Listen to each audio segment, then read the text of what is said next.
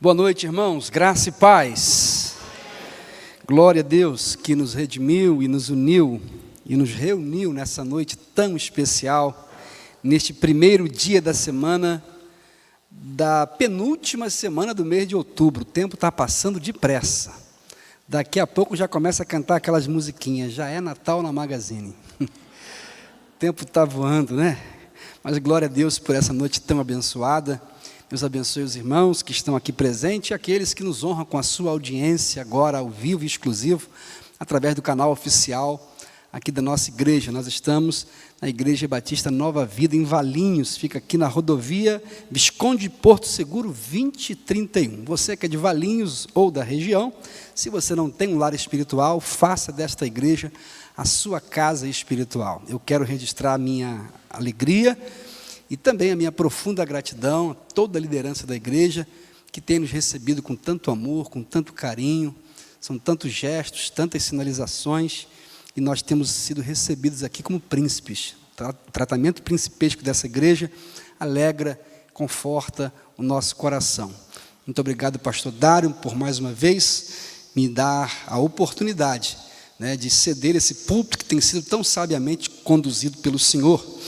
E eu fiquei muito feliz de ver essa noite o jovem José Capesse aqui, fazendo um ritmo africano que a gente não está acostumado. Eu acho que 2 horas de culto nesse ritmo aí, ninguém precisa de academia, Está tudo certo. E é glória a Deus mesmo por isso. Tem que ser assim, e o povo africano tem muito para nos ensinar. Vamos orar pela África, pelo continente, por Moçambique, e também orar pela Nigéria. A Nigéria está sofrendo um massacre, São 7.000 mortos já na Nigéria, de cristãos, e as organizações mundiais não estão atentando para isso. Mas o Deus que está no céu está com as suas mãos estendidas, e nenhum daqueles irmãos que estão morrendo em vão. Todos serão semente, porque um grande avivamento será derramado naquele continente. Posso ouvir um amém? Então vamos abrir a palavra do Senhor esta noite no Salmo de número 121. Salmo de número 121. É um salmo muito conhecido. Vou pedir que o pessoal da mídia ajude e coloque o Salmo 121 na tela, para que as pessoas que nos honram com a sua audiência agora ao vivo no canal oficial da igreja possam acompanhar a leitura e que os irmãos aqui também possam ler junto comigo. É um salmo bem curto. Vamos então ler todos a uma só voz, de uma única vez. Este salmo é um salmo solene, e eu acredito que você em algum momento já teve contato com ele. Então vamos ler juntos? No 3. Levanto os meus olhos para os montes e pergunto: de onde vem o socorro? O meu socorro vem do Senhor, que fez os céus e a terra. Ele não permitirá que os seus pés tropecem, o seu protetor não cochilará. Certamente o protetor de Israel não cochila, não dorme. O Senhor é o seu protetor, o Senhor é a sombra à sua direita. De dia o mal não ferirá, nem a lua de noite. O Senhor o protegerá de todo mal, protegerá a sua vida. O Senhor protegerá a sua saída e a sua chegada, desde agora e para sempre. Eu posso ouvir um amém por essa palavra? Meus irmãos, eu tenho uma predileção pelos salmos, e eu descobri que eu não sou o único.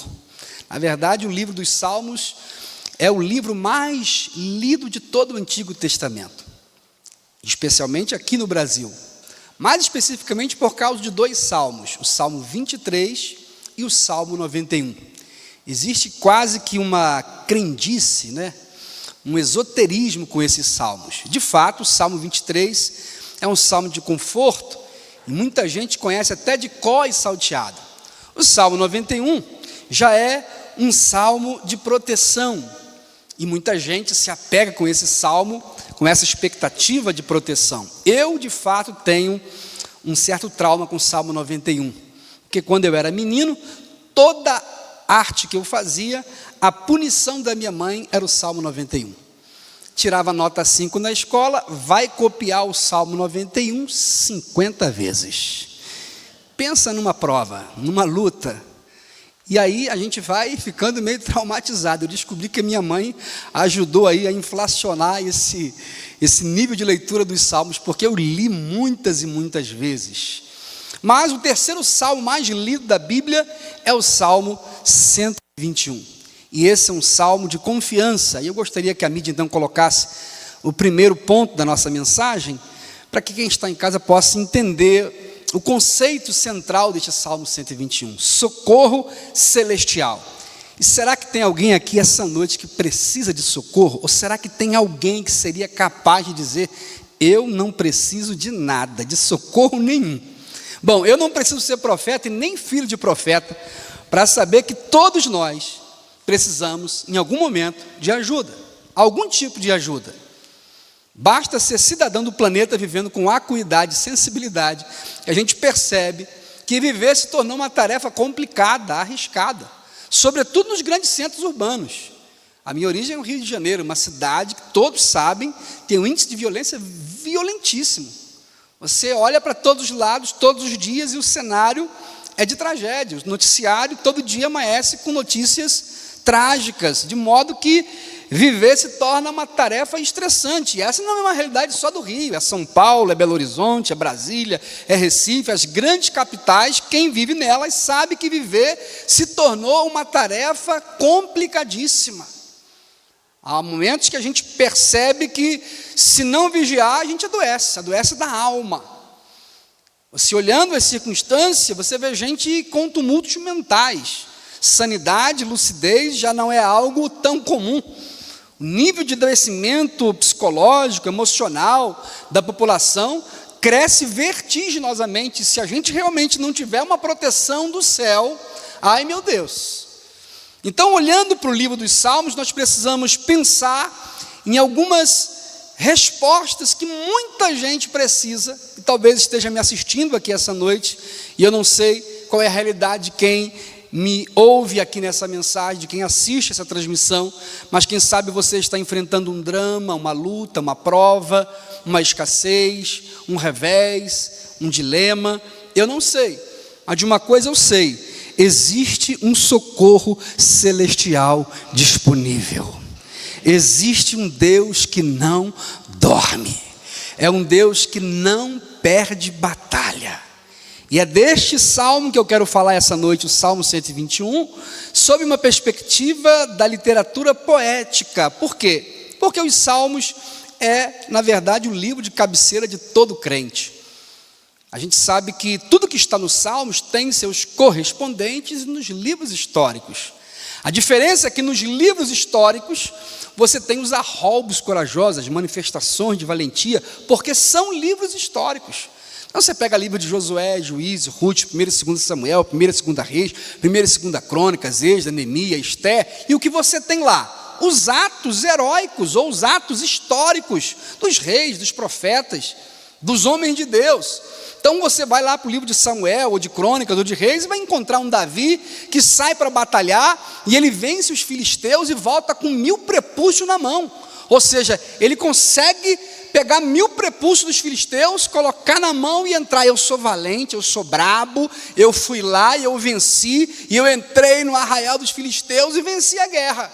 Mas quando você olha para o livro dos Salmos, que não tem esse caráter histórico, você vai ver um salmista no recôndito da câmara, no tálamo do seu quarto, na intimidade com Deus. Por isso é um livro poético, é um livro que fala de intimidade, é um livro mais psicológico, emocional. E aí você encontra Davi dizendo no Salmo 127, ora, quando eu fui para aquela batalha, se o Senhor não estivesse comigo, e ele até invoca a testemunha, ora, diga a Israel, os meus inimigos teriam me engolido vivo. Ele evoca a imagem de um monstro que sobe do abismo e seria capaz de engoli-lo. Ele evoca a imagem de um dilúvio que viria sobre ele e jogaria ele para o fundo. Essa é a impressão que ele tem mas quando ele está na intimidade é que ele diz isso. Por isso nos salmos você não tem aquelas preocupações rebuscadas, aquela coisa da aparência. Aqui é essência. E o Salmo 121 mostra exatamente isso, porque o salmista nesse salmo se encontra em uma realidade apertada. Não sei se como a sua, eu não sei se você está vivendo alguma coisa assim, mas há momentos na vida que nós nos sentimos pequenos, há momentos na vida que nós nos sentimos diminutos, nós nos sentimos insuficientes. Eu acabei de compartilhar o link do culto e já comecei a receber mensagem. Uma pessoa mandou ali: pastor, ora pelo meu filho, ele tem 20 anos de idade, ele está com câncer e agora de repente apareceu uma sepsemia generalizada e os médicos não sabem o que vão fazer. E aí você pensa como fica a alma de uma mãe que tem um filho de 20 anos, que está enfrentando o drama de uma doença tão severa e de repente uma notícia como essa, de uma infecção generalizada. O que você faz? A quem você recorre? O que você pode fazer? E essa é a realidade do salmista. Ele eleva os seus olhos para os montes e ele não vê perspectiva.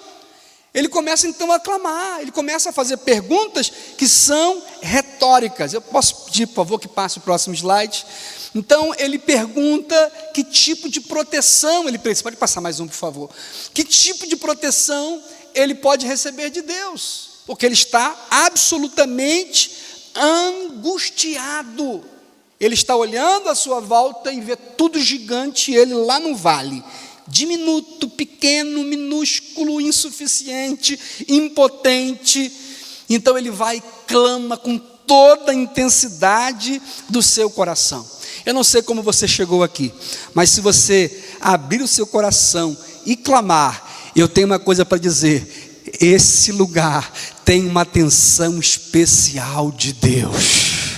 Porque nesta palavra, neste livro está escrito que os olhos do Senhor estão atentos à oração desse lugar. E se o povo que se chama pelo meu nome se humilhar e orar e buscar a minha face, eu ouvirei dos céus. Pode passar o próximo. Então, o que o texto nos apresenta? Ele nos apresenta pelo menos 3 ofertas de proteção. E aí pode passar para o próximo, por favor. Primeiro, proteção no caminho. Essa pergunta que o salmista faz é meramente retórica, porque ele sabe a resposta. Ele mesmo vai dizer qual é a resposta. Eleva os meus olhos para os montes, de onde me virá o socorro? Não vem dos montes. A declaração dele é muito confiante. Mas perceba o que ele declara no verso 3, ao começar a responder essa série de perguntas retóricas. Ele sabe que Deus tem uma proteção para ele no caminho. Ele não permitirá que os teus pés vacilem. E eu não sei se você já quebrou o pé alguma vez. Eu já quebrei. E eu quebrei aqui a patela e fiquei com o pé engessado, e eu pensei que eu ia poder pisar mesmo com gesso, mas não conseguia. Tinha que ficar andando com aquela muleta, e o negócio é uma agonia, e é muito ruim quando você vive sem poder ter mobilidade. Você já percebeu quantas pessoas estão perdendo a mobilidade da vida?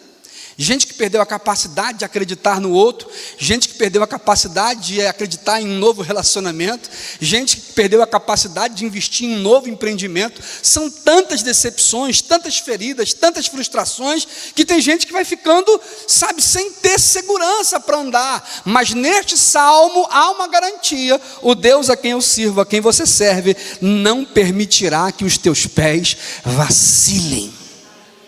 Pode passar o próximo slide? Sabe por que proteção no caminho, segundo a teologia sapiencial, que é a teologia dos livros poéticos, é que nós temos uma garantia de que se nós cairmos, nós caímos nas mãos de Deus. Porque aqui neste salmo não está dizendo que você não vai cair. Pelo contrário, você pode cair. Seu pé pode vacilar. Mas quando isso acontecer, você não ficará prostrado. Olha o que diz Provérbios 24:16. Porque 7 vezes cairá o justo. Olha, é muita vez, hein? 7 vezes. E esse número 7 é o número da plenitude. A numerologia bíblica é o número de Deus, é o número da perfeição. É por isso que 7 são as notas musicais, 7 são as cores do arco-íris, 7 são os dias da semana, é o número da plenitude. Então a gente é muito bom de cair. Agora o autor do provérbio declara abertamente: porque 7 vezes cairá o justo e se levantará. Mas o perverso, esse não, serão derrubados pela sua própria calamidade, pela sua própria maldade, porque nós temos em quem confiar. Então eu não vim aqui para ser o profeta de 1,99 para te pregar o evangelho da facilidade. Pelo contrário, a vida muitas vezes apresenta dores, lutas. Jesus disse: no mundo tereis aflições. Amanhã é segunda-feira, de repente você vai começar o dia e já vai ter alguma coisa no teu trabalho para te estressar, vai ter alguma coisa para te enervar, mas você precisa ter a consciência de que existe um Deus que está sustentando a sua caminhada. Ele não deixará vacilar o teu pé. Quando você cair, você vai cair nas mãos de Deus. E se o diabo se levantar para lutar contra você, ele se levanta para cair, porque de pé está o leão da tribo de Judá, que não perde batalha. Então nós temos que ter essa consciência para conseguir enfrentar a vida com lucidez. Pode passar o próximo, por favor. Agora, o segundo tipo de proteção que o salmista encontra em suas respostas aqui é proteção psicológica, que está no verso 7. Ele te guardará de todo mal, ele guardará a tua alma. Na versão que nós lemos, ele guardará a tua vida. O que é a alma? A alma é o centro das nossas emoções. Se você perder a alma, se tornar um ser desalmado, você perde a vida. É por isso que Jesus ensinou no Evangelho: não adianta ganhar o mundo inteiro e perder a sua alma. Eu conheço gente que, em busca de enriquecer e querer prosperar e crescer, se tornou um ser desalmado, perdeu a família, o casamento, os relacionamentos, perdeu tudo, se tornou uma pessoa absolutamente fechada, hermeticamente fechada. Por quê? Porque a vida muitas vezes vai fazendo isso. Agora, o que o salmista diz é que o Deus a quem nós servimos, ele tem uma capacidade especial de blindar a nossa alma. Então, nenhum mal, nenhum tormento, nenhuma acusação, nenhuma tribulação, nenhuma perseguição vai te separar do amor de Deus em Cristo Jesus. A sua alma está habitada pelo Espírito de Deus. É por isso que a palavra entusiasmo é uma palavra altamente teológica. Entheos asmos significa Deus soprando dentro de nós. Porque se a gente não vigiar, a nossa alma é muitas vezes setada. Tem gente que fica preso no passado, é o excesso de preocupação com o passado, é a depressão.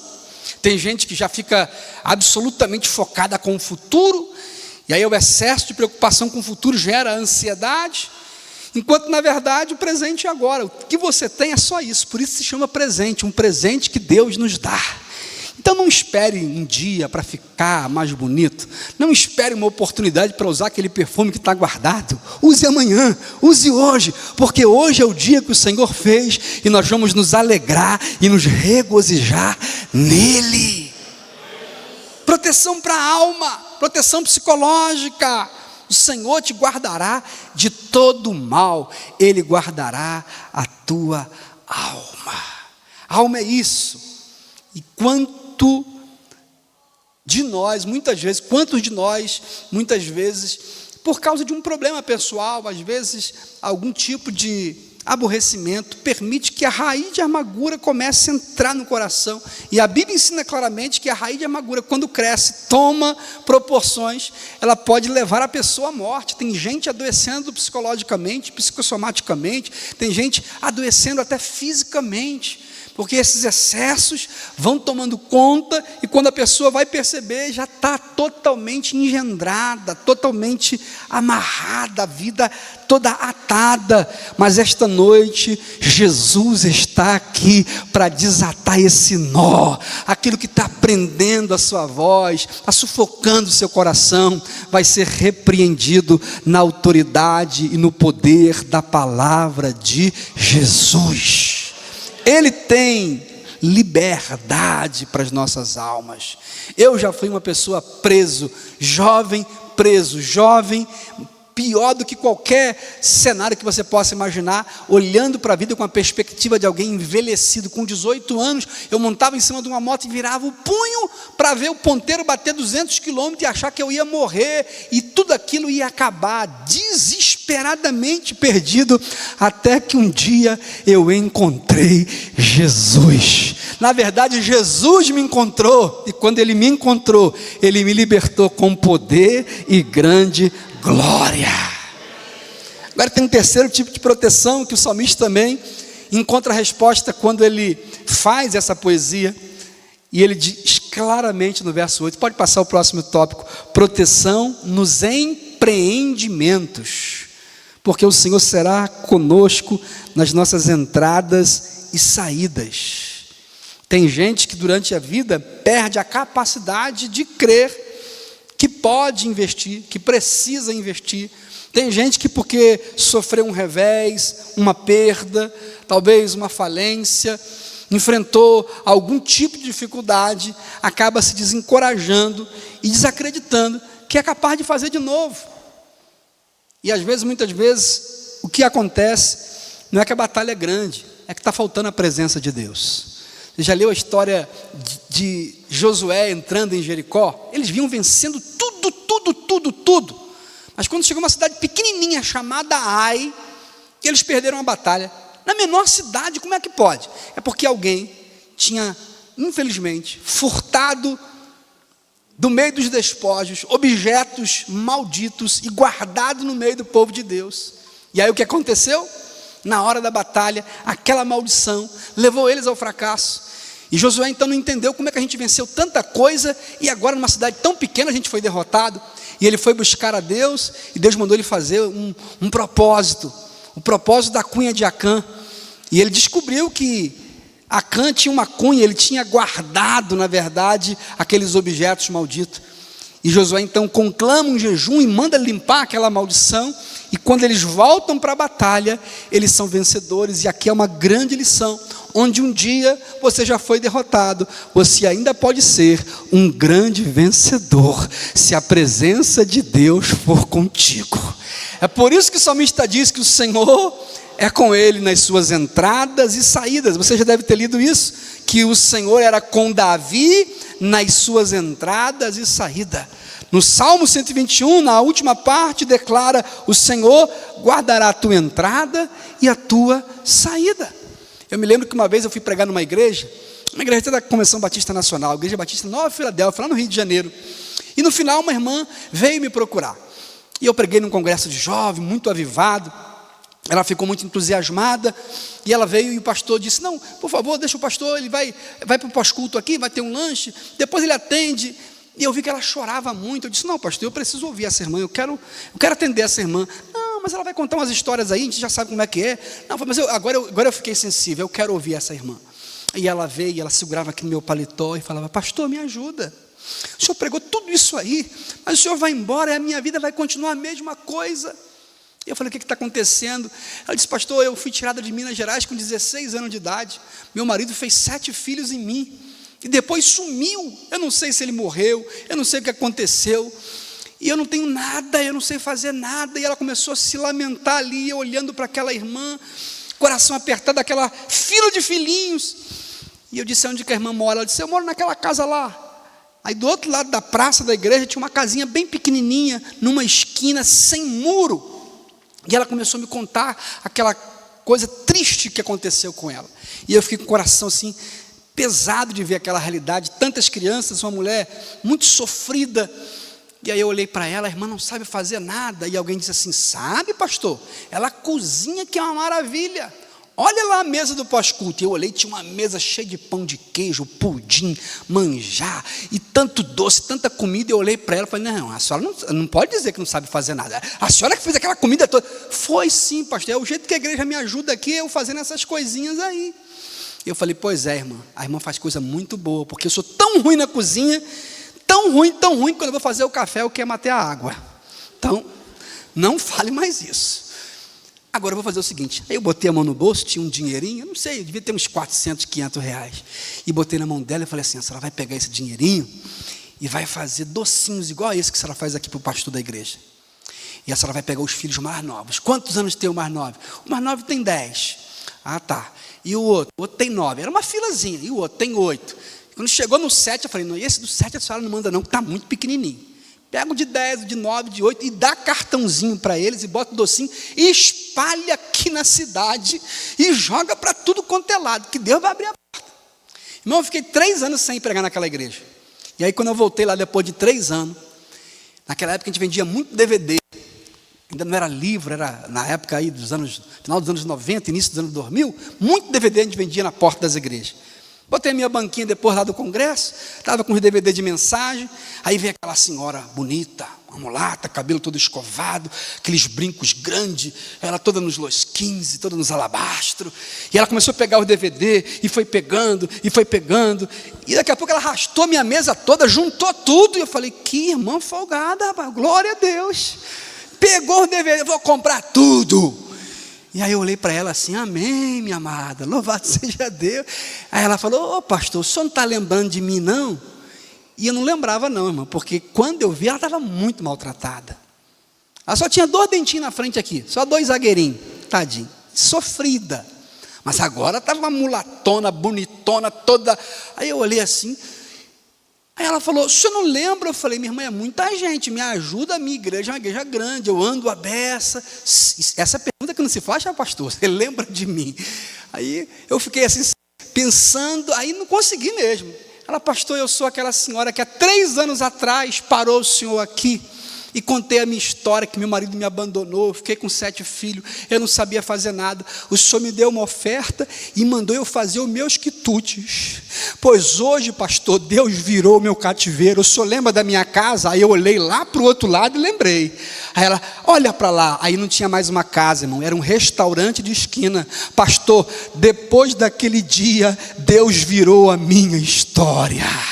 Hoje eu tenho o melhor restaurante aqui dessa região, as pessoas fazem fila para comprar, Deus mudou o meu cativeiro, eu estou cuidando da minha casa, eu e minha casa servimos ao Senhor. Sabe por quê? Porque Deus foi com ela nos seus empreendimentos, e vai ser com você também. Você que quer abrir um negócio, você que quer começar um projeto novo, você que quer passar um concurso, coloque Deus na frente, porque Deus será contigo nas tuas entradas e saídas da vida. Eu posso ouvir um amém por essa palavra? Eu creio assim. Agora pode avançar, por favor. Segunda coisa que o salmista declara para nós aqui, é por que eu posso investir tudo em Deus? Essa é uma pergunta que a resposta também é bem didática. E aí o salmista pontualmente vai dizer, pode passar o próximo. Primeiro, porque você está lidando com alguém que nunca fecha os olhos. O Deus a quem nós servimos não cochila. Eis que não dormita. Esse que te guarda, esse que te protege, ele não é vencido pelo cansaço. Certamente não dormirá, eis que não dormita, não cochila aquele que te guarda, porque quem te guarda não é o anjo da guarda, e eu creio no anjo da guarda. Eu dava aula numa universidade, e uma vez, 2 funcionários foram à minha sala falar comigo, eles sabiam que eu era pastor, um era presbiteriano, e outro um batista bem renovado, e aí quando chegou lá, pastor, existe anjo da guarda ou não existe? Aí eu falei, existe. E aí o outro olhou, está falando, você não está sabendo de nada. E ficou aquele clima estranho, anjo da guarda. A Bíblia diz que os anjos do Senhor acampam ao redor dos que o temem e os guarda. Aí o outro ficou assim. Eu falei, mas fica tranquilo que eu já liberei o meu. Aí o outro, aí, tá vendo? Né? Aquela coisa de implicância mesmo. Aí ele, como assim, pastor, liberou o seu? Eu falei, irmão, porque tem hora que até o anjo da guarda falha. Você já leu a história de Daniel? Daniel começou a orar e a Bíblia diz que no primeiro minuto, Deus liberou e mandou o anjo trazer a resposta. Quantos dias demorou para o anjo chegar? 21 dias. Porque tem hora que até o anjo falha. Mas quem te guarda não é o anjo da guarda, é o guarda do anjo da guarda. O Senhor é quem te guarda. Ele é a tua sombra, a tua direita. Segundo, porque Ele é um Deus próximo. Pode passar o próximo. Porque Ele é um Deus próximo. O Deus que nós servimos, Ele é tão próximo que Ele vira silhueta, Ele vira camiseta. Lembra da história do ladrão da cruz? Eram dois, né? Um tinha total consciência, lembra-te de mim quando entrares no teu reino. Ele conhecia até a teologia do reino. O outro era mau. Mas esse com consciência, quando ele percebeu que Deus estava do lado, ele disse: rapaz, eu não mereço nada, eu tinha que estar aqui. Agora esse Deus me ama tanto, que Ele se colocou do meu lado. Aí ele diz: lembra-te de mim quando entrares no teu reino. Quando você tem consciência de quem é Deus, você olha para o lado e você sabe que o seu Deus é Emanuel, Deus conosco. Ele é Deus conosco. Ele é refúgio e fortaleza, socorro bem presente na hora da angústia. Terceiro, pode passar por favor. O salmista diz que é porque esse Deus que é tão próximo, esse Deus que vira camiseta, esse Deus que não dorme, é também o Todo-Poderoso que controla o cosmos. Eleva os meus olhos para os montes, de onde me virá o socorro? Meu socorro vem do Senhor que fez os céus e a terra. Já pensou nessa majestade que é? Agora tem um monte de planeta, um monte de Via Láctea, um monte de sistema solar dançando em cima da nossa cabeça. Ninguém bate, ninguém explode, ninguém cai para um lado e para o outro. Esse universo todo baila na palma da mão do Deus a quem você serve. E esse Deus diz que você está na mão dele, na mão do Todo-Poderoso.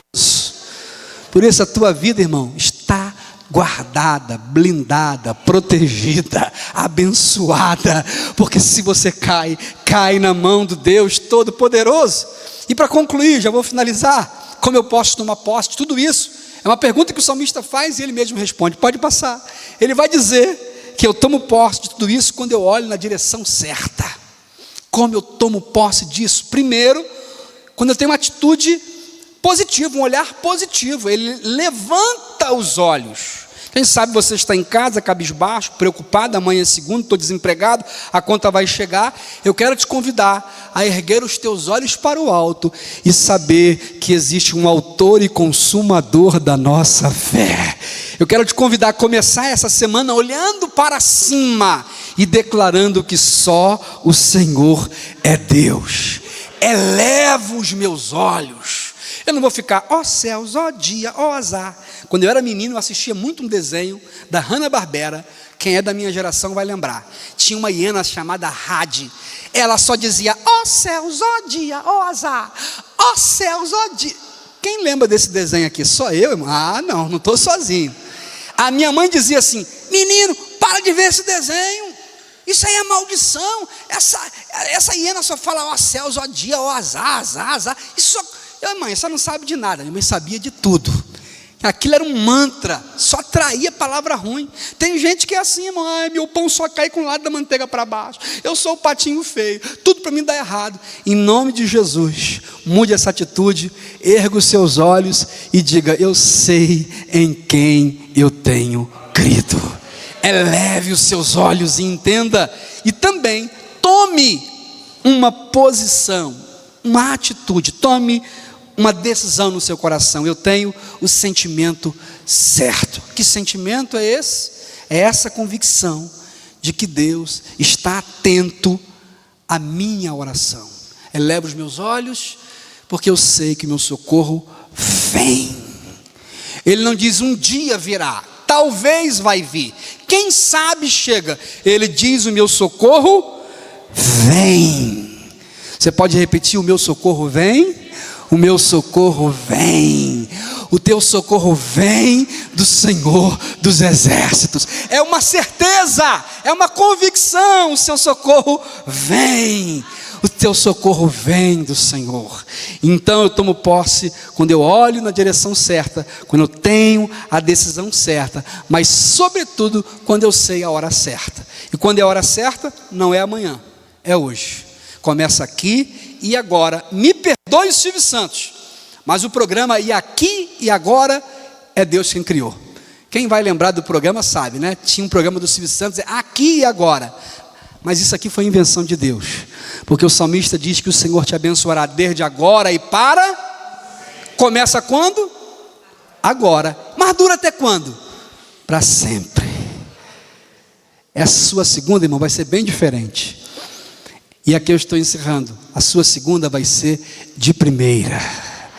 Porque a sua bênção já começou, mas não vai terminar. Deus vai te abençoar hoje, Deus vai te abençoar amanhã, Deus vai te abençoar na quarta, Deus vai te abençoar na quinta, Deus vai te abençoar mês que vem, Deus vai te abençoar ano que vem, Deus vai te abençoar até chegar no céu. E eu posso ouvir um amém por isso? Deus abençoe sua vida, Deus abençoe a casa. Você, meu amigo, que ouviu essa mensagem, você que assistiu até o final, em nome de Jesus, eleve os seus olhos e confie em Deus, porque há um tempo novo preparado para você. Eu estou profetizando para alguém que está em casa nos assistindo, alguém que está nos ouvindo, alguém que está preocupado e angustiado, mas eu estou declarando aqui, Deus vai te surpreender esta semana. Alguma coisa vai acontecer, e se você quiser compartilhar conosco, procure aqui a Igreja Batista Nova Vida de Valinhos, porque aqui há um lugar especial, guardado especialmente para você. Deus abençoe a todos em nome de Jesus.